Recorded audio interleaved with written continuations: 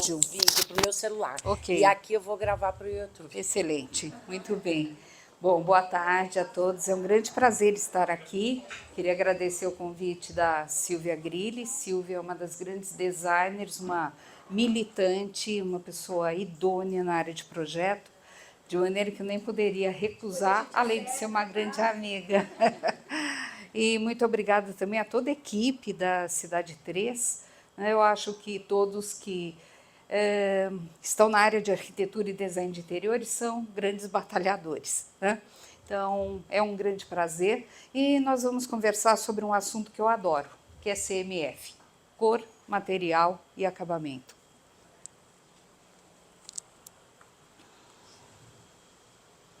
Vamos ver aqui se eu acerto. Não, esse é. Muito bem. Nós vamos falar rapidamente sobre o que é o CMF, a sua pertinácia, quais são esses elementos de neurodesign, porque fica um pouco fragmentado quando nós comentamos em pleno 2025 que nos preocupamos apenas com cor, textura e material.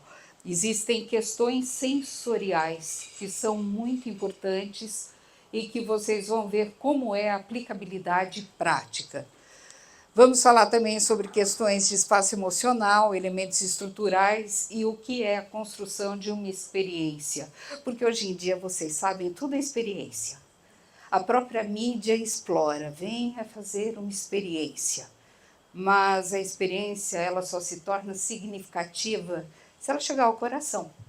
Se ela criar não memórias de curto prazo, mas memórias de longo prazo. E aí, quando você fala em memória afetiva, é uma memória de longo prazo. Então, vamos falar sobre isso também. E, finalmente, sobre o universo sensorial, juntamente com neurodesign. Bom, eu já tenho 40 anos de carreira, 40 anos no ensino superior. O portal foi fundado em 1988, 8/8/88, por uma sugestão de uma amiga, assim, bem esotérica. Eu não entendo nada disso. Mas, apesar de todas as idas e vindas na política econômica brasileira, sobrevivemos. Então, acho que ela estava certa. E o portal ele tem por objetivo a construção de cenários, nós fornecemos à indústria, e desses cenários vocês podem imaginar a nossa responsabilidade. Tentem imaginar um cenário incorreto. Você vai causar um prejuízo gigantesco. Então, é uma profissão e um trabalho de muita responsabilidade. Mas vou falar rapidamente da minha trajetória. Né? Rapidamente. Sou formada em artes plásticas pela FAAP e juntamente eu fiz arquitetura, formada pelo Mackenzie. Mais tarde, eu fiz o mestrado e o doutorado na FAUSP e fiz cursos de aprofundamento na Universidade de Harvard, na Universidade de Montreal e em vários outros lugares. Eu não vou poder listar, senão é muita coisa, né? 40 anos aí passam rápido. Eu sou membro da Color Marketing Group, que estabelece cartelas para inspirar indústrias ao redor do mundo, dos grandes 6 blocos. Também sou associada à Procor. E também eu sou professora universitária. E o ano passado eu lancei esse livro, em maio, que foi, digamos, a aplicação de uma série de conceitos à minha tese de doutorado e atualizando os conhecimentos.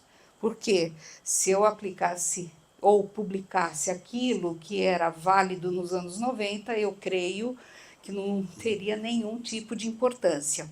Outra questão desse livro é que eu fiz voltado a vocês, profissionais. Então, eu filtrei toda a parte que era, digamos, de um embasamento na área da biologia, na área da fisiologia, enfim, para que realmente vocês pudessem ter uma relação de aplicabilidade, uma linguagem bem dirigida. Terminando, eu sou trisneta, trineta, tataraneta, neta, filha de advogados. Todos os meus tios são advogados. Todos os meus primos também, e os filhos, incrivelmente, são. E aí, como assim? Mas você foi para arquitetura? Eu fui. Meu avô ficou 3 semanas sem falar comigo. Você tem certeza do que você está fazendo? Você fala tão bem, você articula ideias e conceitos. Então, em arquitetura e em artes, eu não me arrependo. A gente tem que abraçar o que gosta e com muito fervor. E tive o apoio dos meus pais, que isso também foi fundamental. E eu acho linda a área de direito, não é bonita? Mas eu não tenho essas características mínimas e necessárias. Eu sempre fui apaixonada pelas cores, sempre fui apaixonada por arte. Eu pedia, quando tinha 10 anos, para ir nas exposições do MASP. Eu realmente me identificava com esse universo. E quando a gente fala em Color Material Finish, ou CMF, cor, material e acabamento, nós simplesmente lidamos com as questões da percepção visual. O nosso mundo é conhecido 90% através do aparato visual, porém, com a neurociência, nós descobrimos que outras áreas cerebrais também somam. Acabamento, que é algo que às vezes nós nos esquecemos. Será que é tão importante? Ele é fundamental. Infelizmente, nós aprendemos que o acabamento é brilhante, fosco, semibrilhante. Há 5.000 anos antes de Cristo, os chineses já faziam gradações de brilho, gradações de fosqueamento, gradações de textura. Então, você pode olhar uma imagem e você verifica que uma mesma cor admite tonalidades diferentes por conta desses artifícios. E quando nós falamos em cor, eu estou necessariamente falando do aparato visual, da temperatura de cor de uma fonte luminosa e também dos aspectos sensoriais, ou seja, essa cor, ela entra pelo aparato, ela vai ser interpretada, outras áreas do cérebro vão dar significações para que você feche um conceito, menos ou mais rápido que um piscar de olhos. Neurodesign. É muito importante que nós entendamos que a neurociência, ela gerou conceitos que podemos aplicar na neuroarquitetura e no neurodesign.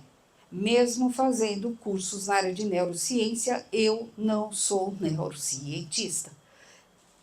Eu já participei de alguns eventos onde a pessoa realmente deu uma aula de biologia aplicada. Não é o meu caso. Eu quero saber das apropriações, principalmente no McLaren, que se hoje existe neurociência é por causa disso, um médico austríaco que em 1927 nasceu em Viena, mudou-se para os Estados Unidos por conta de perseguições religiosas, e ele foi prêmio Nobel de Medicina em 2000. E ele simplesmente construiu uma ponte entre as ciências humanas e as ciências biológicas. Ele achava que estudar o cérebro só sob o ponto de vista da biologia e da fisiologia não era importante. Outros aspectos cognitivos eram fundamentais. É dele a frase que o nosso cérebro tem plasticidade.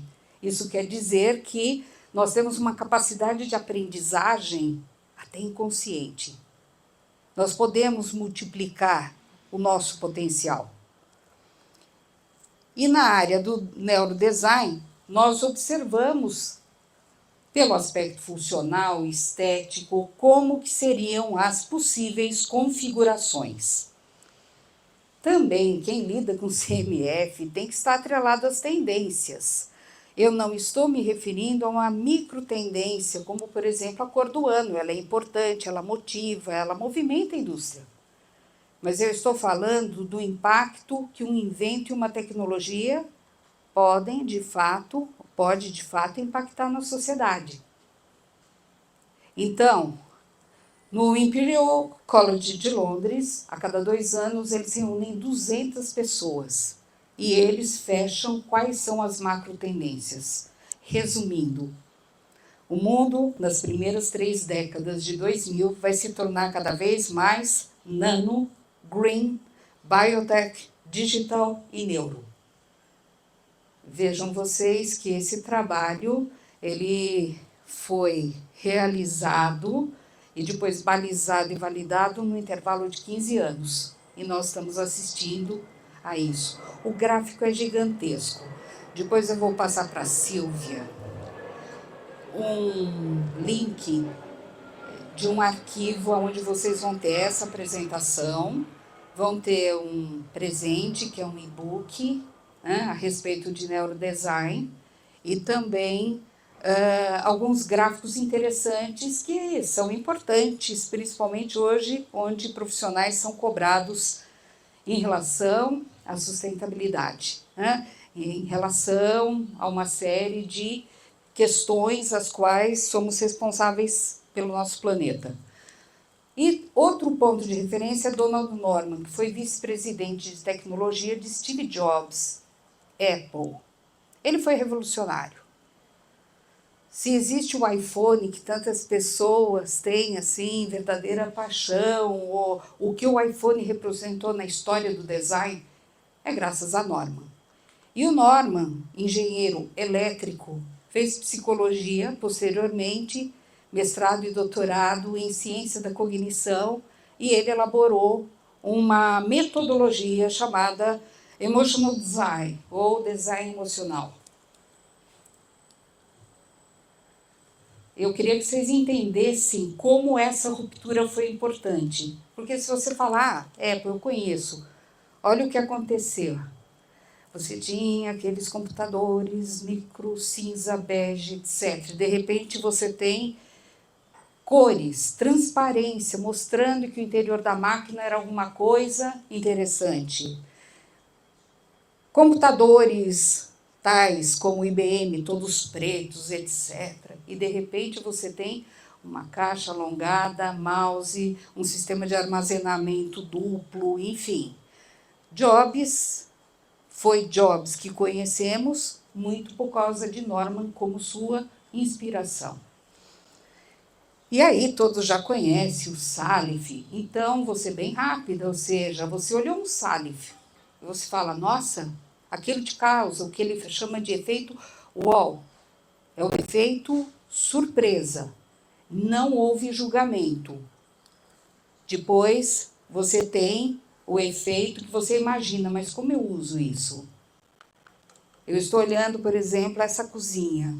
Eu consigo imaginar a pessoa em movimento, porque nós, arquitetos, designers, pensamos em movimento, não estático, como planta, corte, elevação, perspectiva, mas em movimento. Então, como que eu vou interagir com esse produto?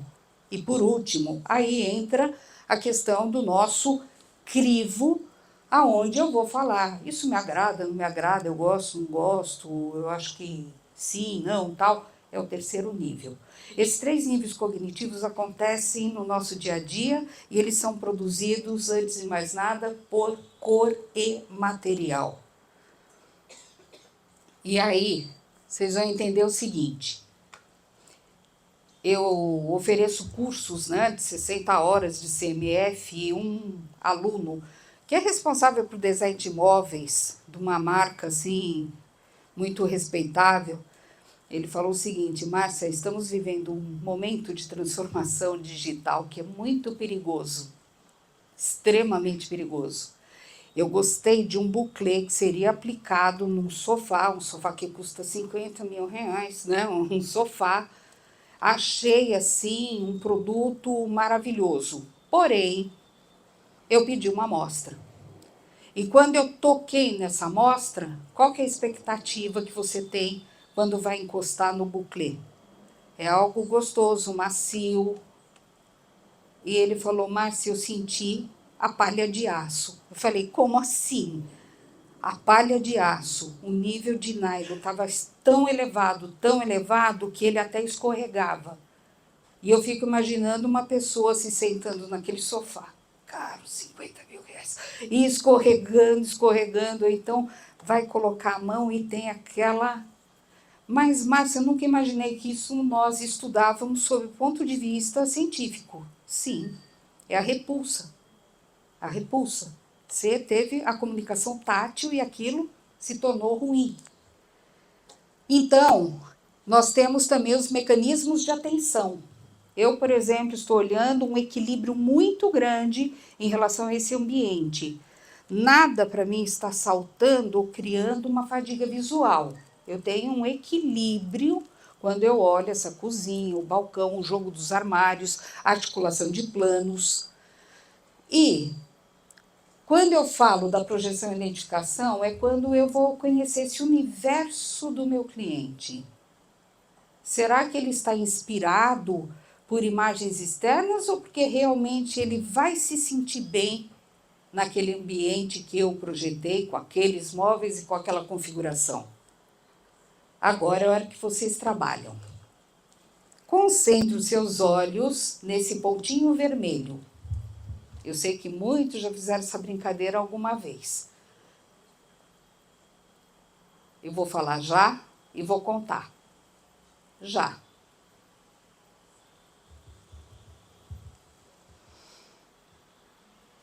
Conta logo.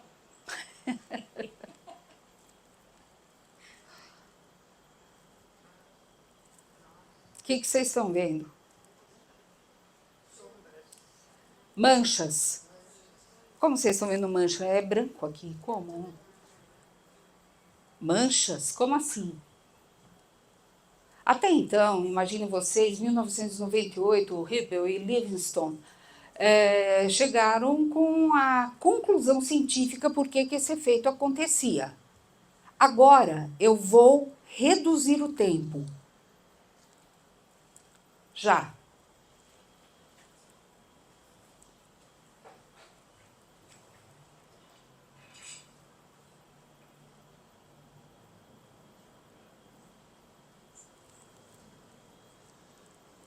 Já.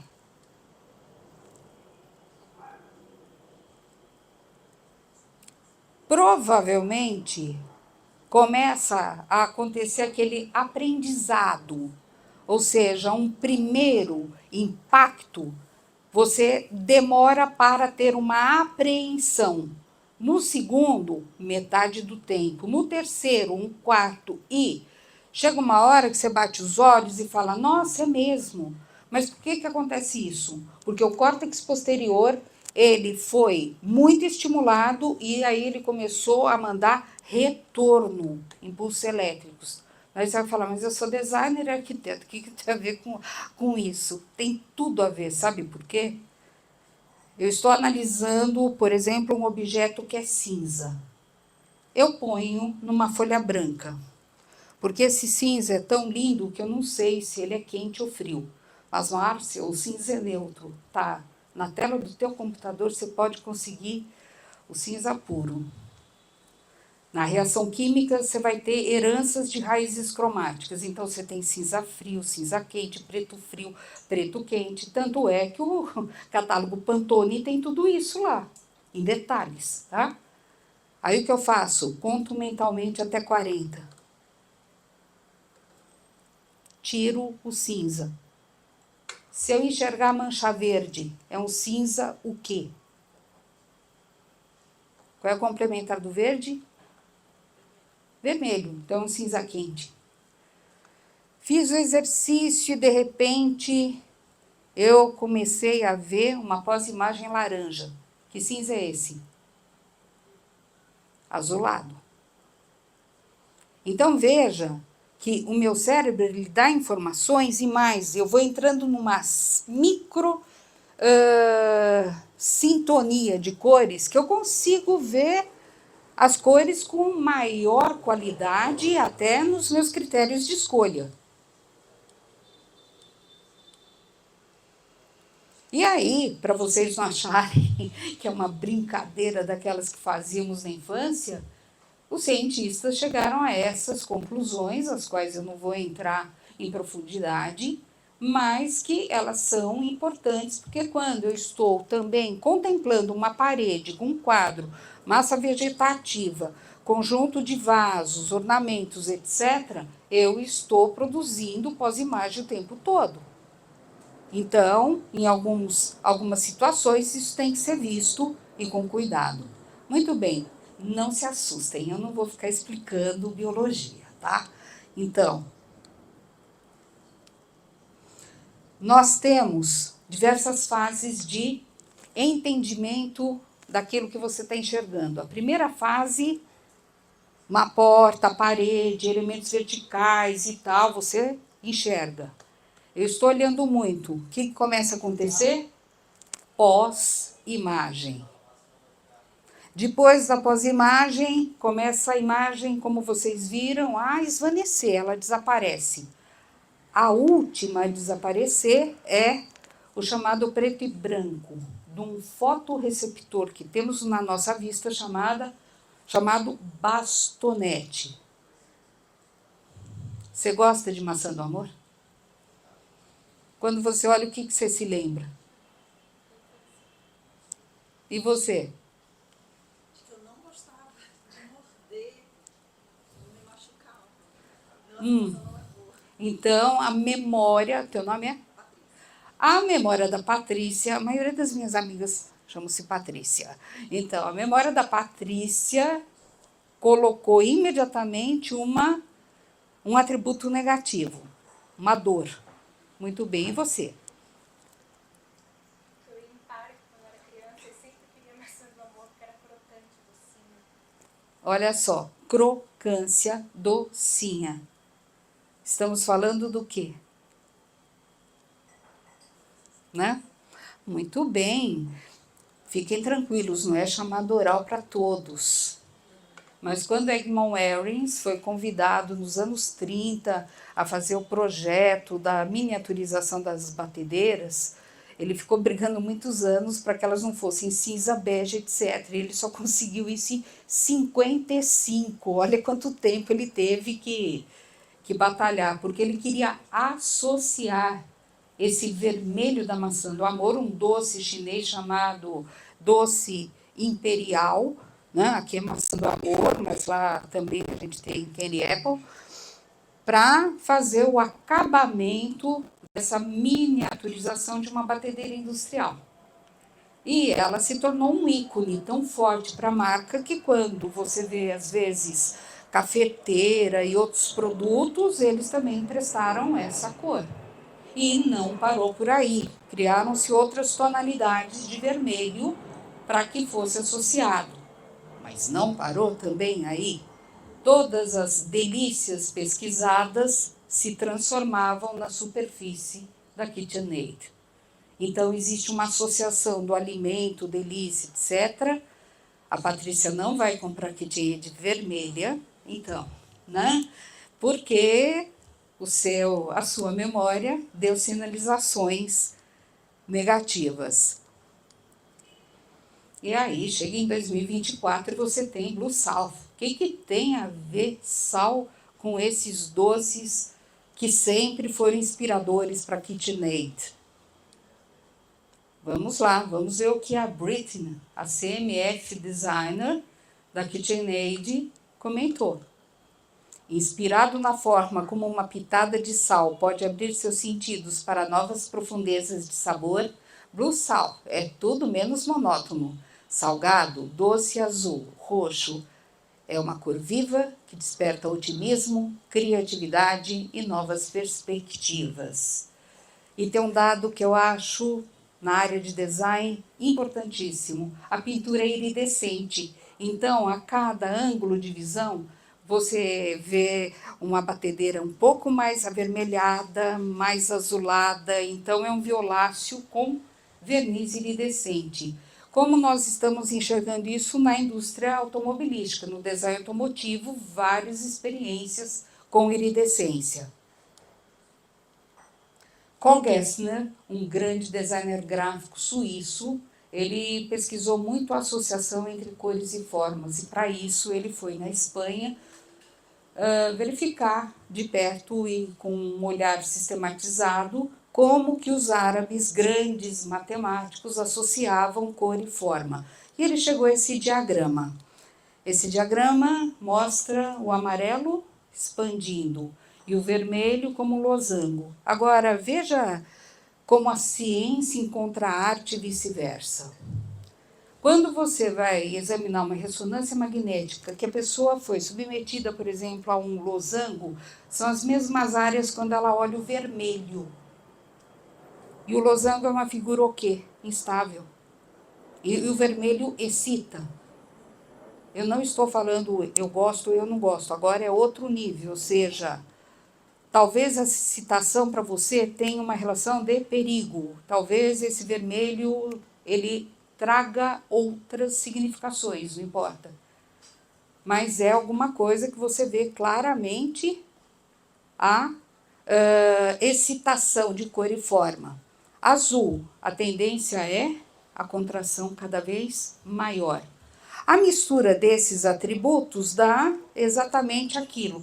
Expansão com contração vai dar o equilíbrio, o verde, o orgânico. O vermelho e o azul vai dar aquela cor que a gente conhece muito na yoga, é o violeta. Eu estou muito concentrada, mas eu estou também em estado de atenção. Você não fica apenas na concentração. E o laranja herdou a expansão do amarelo e o dinamismo do vermelho. Muito usado na comunicação, justamente por causa dessa propriedade. Livingston e Hubble, em 1998, conseguiram comprovar essa psicodinâmica das cores, que nada tem a ver com o livro publicado pelo professor Modesto Farina, respeitável docente da ECA USP. Ele tinha as ferramentas de 1960. Nós estamos falando das ferramentas de 98 e falando com vocês em 2025. Assim como eu olho objetos e cada uma das cores vai modificar forma. Assim como muitos designers fazem brincadeiras com formas e cores, mas de forma consciente. Então, para criar o que a gente chama de mecanismo de atenção, eu coloco uma cor que de repente vai expandir, mas é algo fechado, como essa poltrona dos irmãos Campana. E aí nós chegamos a uma persona para vocês entenderem como é que funciona esse sistema na prática. Amanda, 32 anos, trabalha em home office, elabora projetos para ONGs que tratam temas de inclusão social e sustentabilidade. Mora na Vila Madalena com seu namorado. Vila Madalena é um bairro aqui em São Paulo que tem muitos ateliês de design, de artes, muitos artistas inclusive, enfim, é um bairro considerado, entre aspas, descolado, né? Bem descontraído.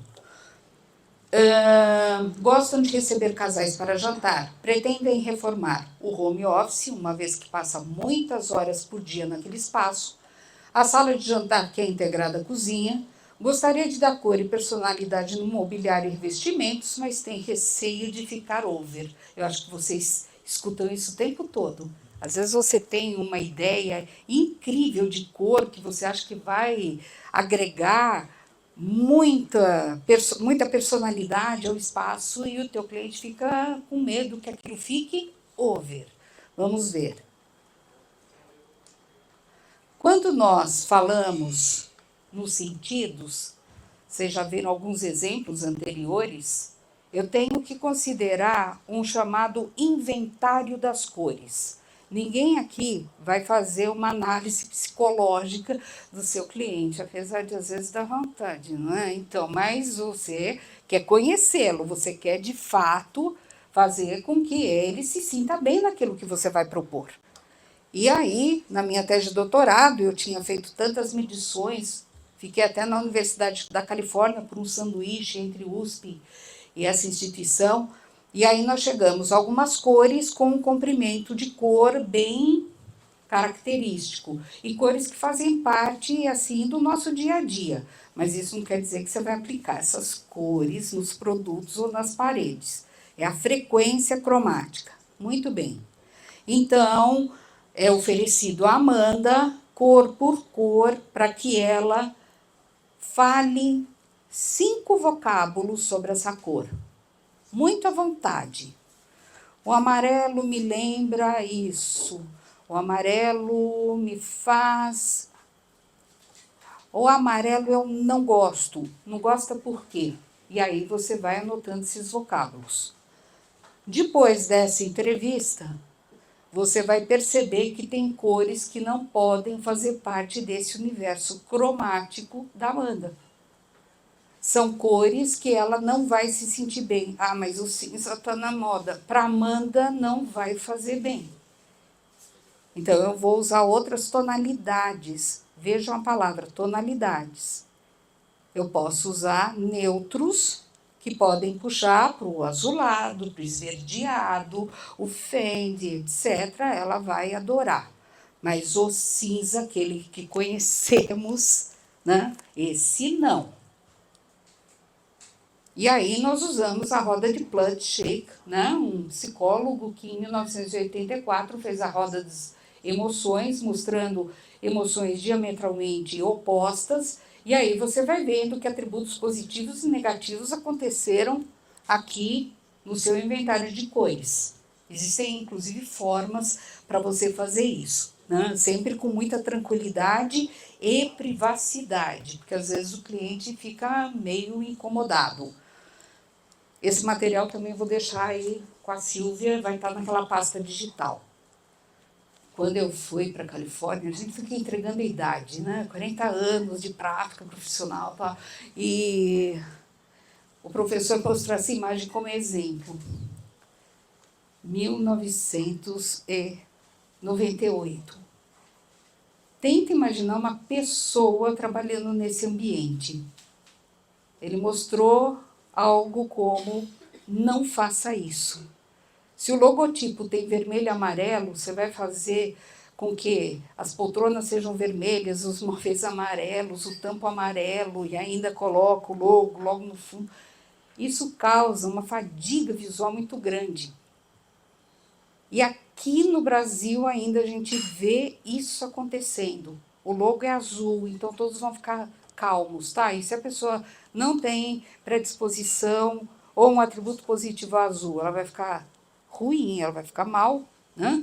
Então, esse tipo de indução, né, vamos fazer vestir a camisa, tal, não existe mais. 98, história bem antiga, e ele mostrava os grandes problemas. Se você for calcular por colorimetria o grau, o delta entre esse vermelho, amarelo e branco, você está num local que vai te causar cansaço necessariamente. Muito bem, a Amanda gostou do amarelo, e aí a Amanda, ela se lembrou de algumas memórias, né? Como quindim, como mel, como o girassol, o veludo, a maciez, um pôr do sol. O mais difícil é, se lembra alguma coisa quando fala no amarelo, e às vezes a pessoa fala, um pôr do sol, as ondas do mar. Tá valendo, deixa a pessoa fluir, né? Aí é que entra a sua criatividade. Você fez um mood board do amarelo, você vai extrair amarelos, mas não precisa ser aquele amarelo do inventário das cores. Posso usar beges, o teu cérebro está captando o amarelo, sem nenhum problema, tá? Essas imagens aqui são todas feitas de forma livre, né? A gente não está aqui julgando configuração, estilo de móvel, luminária, tá? Esse é um azul que ela também gostava. Quais eram as associações dela?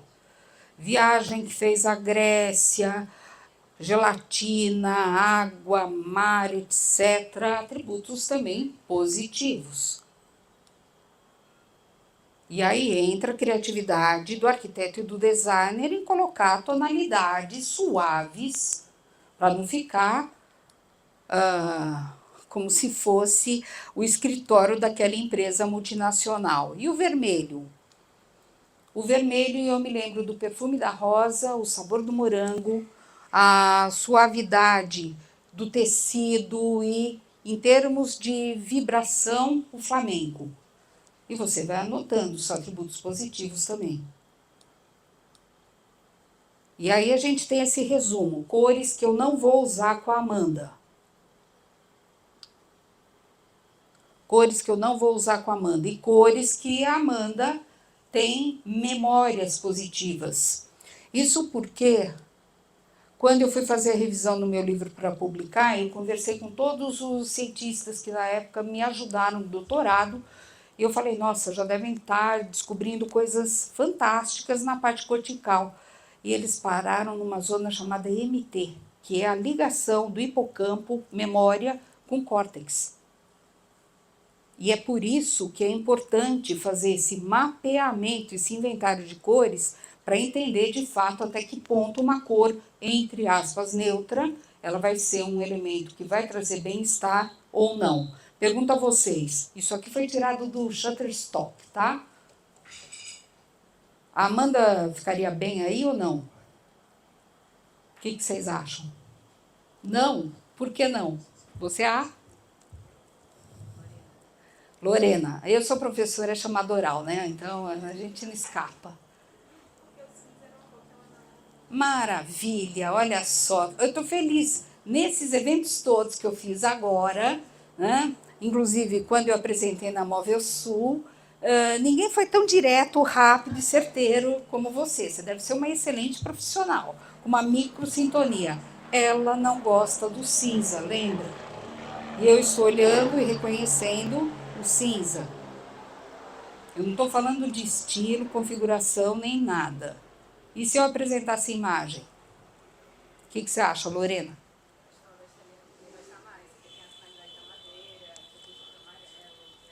Isso, tem o laranja, o amarelo, o vermelho, enfim, tem vários. E o vermelho pode ser mais amarelado, mais azulado. O problema dela é, de fato, com esverdeados. E esse aqui? Ai, gente, e agora? Vamos voltar lá no inventário. Não, violeta, não. A propósito, a blusa é muito bonita, é violeta. Eu não sei se a Amanda compraria, mas para você ficou super bem, para a amiga também. E esse? Ela não teve nenhuma questão voltada ao azul. E esse quarto fofo. Ai, mas é tão fofo, ela vai adorar. Ela vai adorar a Lorena. Não, porque a raiz é violeta.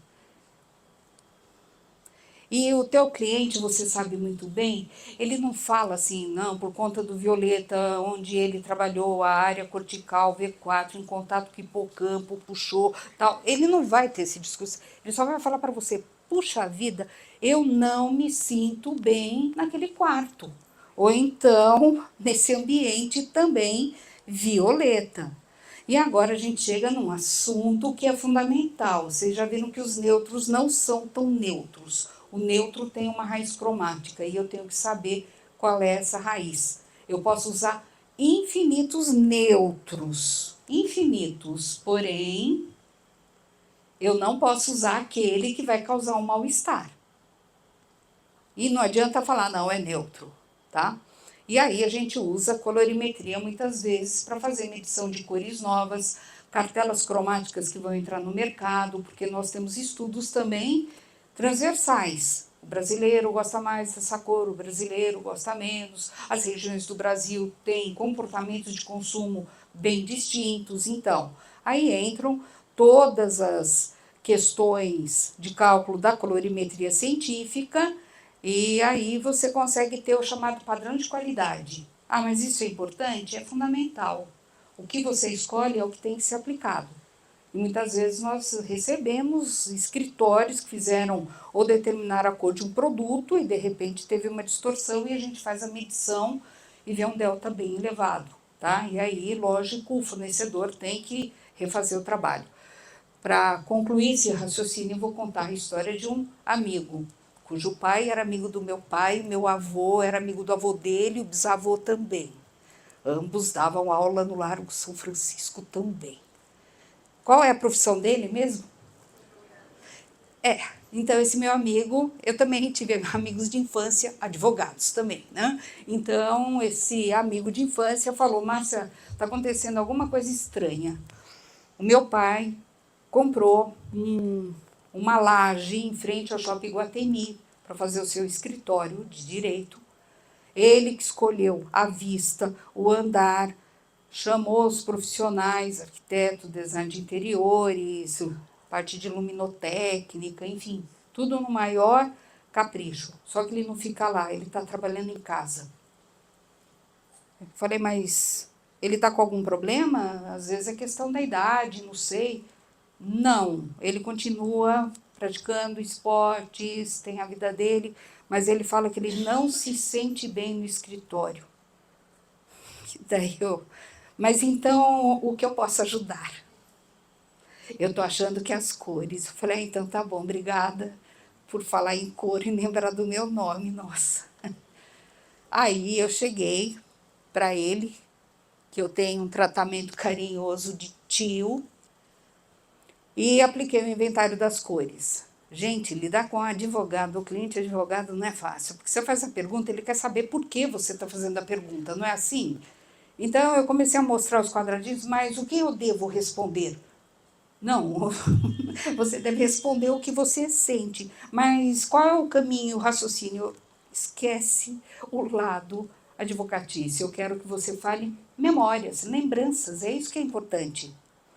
E, realmente, esse interior, se a gente olhar, é uma simulação, eu não ia expor meu tio, né, publicamente, mas é uma simulação do que aconteceu. Tudo foi de acordo com o que ele pediu. E a cor Fendi foi aplicada porque tem a ver, enfim, é bonita, né, tal. O problema é que ele tem uma forte indisposição em relação a verdes. E só deu atributo ruim, negativo em verde. E aí, simplesmente, vocês podem imaginar os móveis. Tranquilo. Ele não tinha nenhum tipo de atributo negativo, alaranjados, amadeirados, nada. Mas o verde raiz de uma cor, entre aspas, neutra, estava entrando no cérebro dele direto. Trocou. Chamamos o arquiteto, autor do projeto, até por uma questão ética, conversei com ele achou interessante, hoje utiliza esse método também com os clientes, alterou, viu que o amarelo era positivo, então ele criou um branco quente, pronto, e deu um tratamento muito adequado, repintou a sala dele, o resto do escritório ficou verde Fendi, porque não era uma área onde ele ficava muito tempo contemplando. Então, esse assunto, ele é sério. Vou falar rapidamente das tendências. Nós sabemos que hoje os mundos virtuais, eles influenciam, então a gente observa cores cada vez mais vivas e que às vezes elas passam espaço, muitas simulações, às vezes provocadas por Midjourney e outros softwares de IA. Aí eu começo a ter a extração de cartelas cromáticas, cores muitas vezes até muito ácidas. Segunda grande linha, sustentabilidade, desertificação do planeta e preservação ambiental, que são assuntos recorrentes e transversais e fortes cada vez mais, e que daí geram essa paleta que vocês estão enxergando.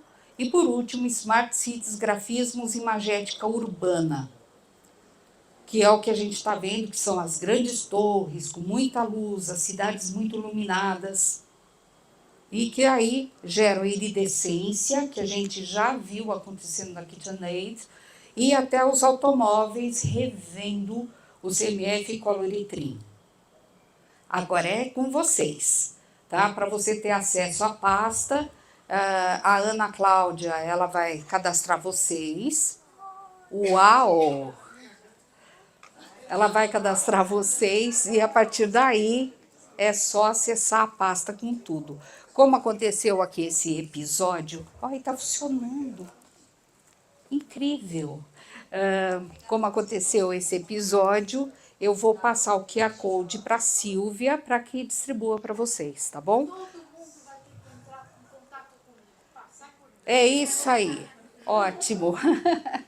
Gente, eu queria agradecer, foi um prazer estar com vocês. O meu livro, ele é distribuído pela Amazon BR e aqui na contracapa vocês vão encontrar o inventário das cores e também uma série de conteúdos e ferramentas para vocês usarem no seu dia a dia. Esse livro foi feito com controle colorimétrico absurdo. O amarelo é de fato o amarelo e por aí vai, tá bom? Foi um grande prazer. Muito obrigada pelo convite. Uma salva de palmas. Palma para vocês. Nossa, sensacional. Muito obrigada. Nossa, eu descobri que eu nem tinha roupa para vir falar com essa mulher aqui, né? Imagina. Que é isso. Bom, você já deu uma solução aí para o QR Code, né? Parece Já, que tá passo faltando pra energia Silvia. na rua toda.